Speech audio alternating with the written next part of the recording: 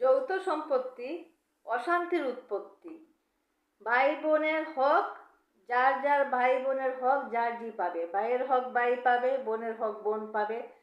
বিভিন্ন পরিবারে ভাই বোনের সদস্য সংখ্যা কিন্তু অনেক বেশি থাকে এবং এমনও পরিস্থিতি হয় ভাই বোন আছে 10 জন, কিন্তু তাদের মা বাবা জীবিত নেই।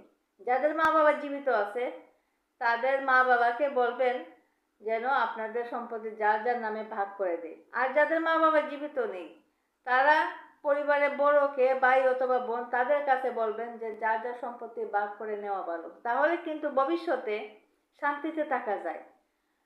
ভাই বোনের সাথে অমিল হয় না, ভাই বোনের সাথে মধুর সম্পর্কটা বিচ্ছেদ হয় না। এই সম্পত্তির কারণে কিন্তু ভাই বোনের মধ্যে দ্বন্দ্ব চলে আসে, ঝগড়া চলে আসে। ভাই বোনকে বাড়ি থেকে বের করে দেয়, বোন ভাইকে বাড়ি থেকে বের করে দেয়। যদি আপনাদের যার যার নামে দলিল করে নেন, সম্পত্তি ভাগাভাগি করে নেন, তাহলে কিন্তু ভবিষ্যতে ভাই বোনকে নিয়ে শান্তিতে থাকা যায়। কখনো সম্পদ নিয়ে ভাই বোনের মধ্যে ঝগড়া হয় না।